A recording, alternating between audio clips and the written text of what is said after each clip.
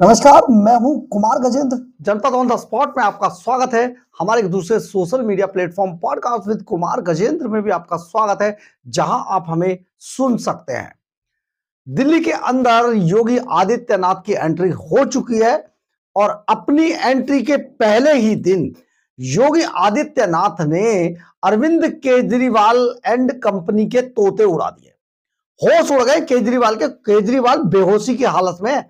आज की रैली जिस तरीके से अरविंद केजरीवाल देख रहे हैं, उसके मुताबिक केजरीवाल कोमा में चले गए हैं, क्योंकि आज योगी आदित्यनाथ एक दिन पहले प्रयागराज में अपने पूरे मंत्रिमंडल के साथ डुबकी लगाकर गंगा में एक नई स्फूर्ति लेकर दिल्ली के अंदर एंट्री मारे हैं। और इस एंट्री के बाद अरविंद केजरीवाल के ऊपर योगी आदित्यनाथ ने यही हमला बोला है।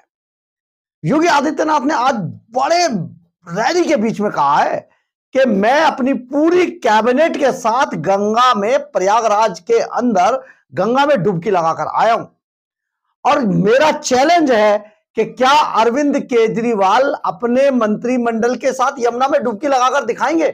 बड़ा चैलेंज है।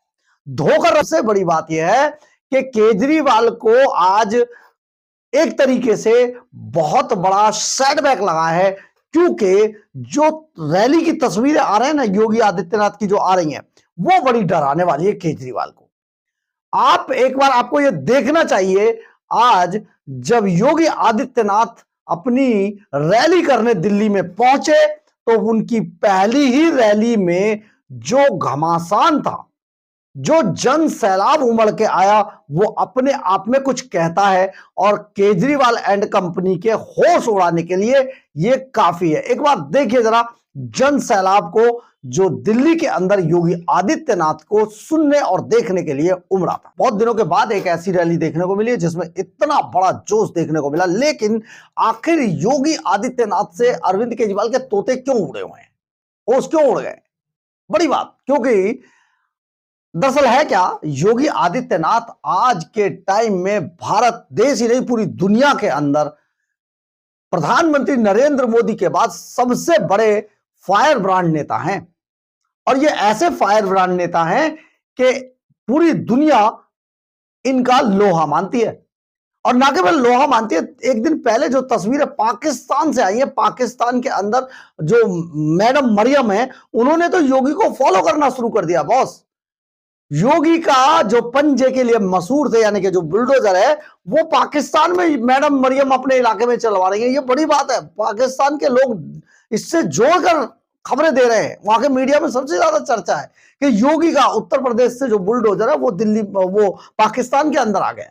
तो योगी आदित्यनाथ ने अपनी पहली रैली में सबसे ज्यादा अरविंद केजरीवाल के होश उड़ाकर रख दिए। लेकिन और क्या होने वाला है, अभी तो 14 सीटों पर योगी आदित्यनाथ की रैली है, जहां पर वो सारे के सारे आंकड़ों को पलट कर रख देंगे, ऐसी उम्मीद की जा रही है। लेकिन बड़ी बात दरअसल है क्या, दिल्ली विधानसभा चुनाव 5 फरवरी को होने हैं, उससे पहले सभी राजनीतिक दलों ने चुनाव प्रचार तेज कर दिया है। सत्ताधारी आम आदमी पार्टी की तरफ से जहां अरविंद केजरीवाल स्टार प्रचारक बने हुए हैं, वहीं विपक्षी भाजपा की तरफ से प्रधानमंत्री नरेंद्र मोदी समेत कई वरिष्ठ नेताओं को चुनाव मैदान में उतारा गया है।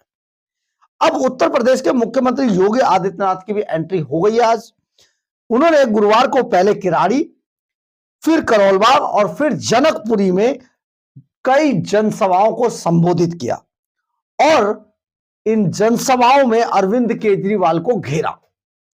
उन्होंने केजरीवाल पर हमला बोलते हुए पूछा कि क्या वे यमुना के अंदर डुबकी लगा सकते हैं। योगी ने कहा कि यमुना मैया की दुर्दशा के लिए अरविंद केजरीवाल पूरी तरीके से दोषी हैं और उन्हें इसके लिए माफी मांगनी चाहिए दिल्ली की जनता से। योगी ने यमुना के बहाने हिंदुत्व के मुद्दे के हिंदुत्व के मुद्दे को धार देने की कोशिश की है। माना जा रहा है कि यमुना चुनाव प्रचार में योगी आदित्यनाथ की एंट्री से हिंदुत्व का मुद्दा और गर्म होगा और इसका फायदा भाजपा को बड़े पैमाने पर मिलेगा। चर्चा इस बात की भी हो रही है कि क्या जहां जहां योगी आदित्यनाथ की रैली होगी वहां भाजपा को जीत मिल पाएगी। इसके लिए हम आपको कुछ राज्यों के आंकड़े बताते हैं और यह भी बताते हैं कि योगी आदित्यनाथ के वहां रैली करने से, वहां पहुंचने से, वहां योगी आदित्यनाथ की एंट्री से वहां पर चुनाव में क्या असर पड़ा था। दरअसल इसका जवाब पिछले 5 सालों में हुए विधानसभा चुनाव और उपचुनावों की रैलियों और इसके स्ट्राइक रेट में छिपा हुआ है। आपको बताते हैं, पिछले साल महाराष्ट्र में योगी आदित्यनाथ ने कुल 12 विधानसभाओं में चुनावी रैलियां की थी। इनमें से 11 सीटों पर भाजपा को जीत मिली, बम्पर जीत मिली, जबकि सिर्फ एक सीट पर हार हुई थी। यानी महाराष्ट्र में योगी का स्ट्राइक रेट 92% था। इसी तरीके से हरियाणा विधानसभा चुनाव की बात करें तो यहां पे योगी ने कुल 14 सीटों पर रैलियां की थी, जिनमें से 9 पर जीत दर्ज की, बम्पर जीत। 9 सीटों पर बम्पर जीत हुई थी, जबकि 5 सीटों पर भाजपा उम्मीदवारों को हार मिली थी। हरियाणा योगी का स्ट्राइक रेट 64% रहा था हरियाणा के अंदर। झारखंड विधानसभा चुनाव के दौरान भी योगी आदित्यनाथ ने कुल 13 विधानसभा सीटों पर रैलियां की थी। इसमें से 5 पर जीत और 8 पर भाजपा कैंडिडेट की हार हुई थी।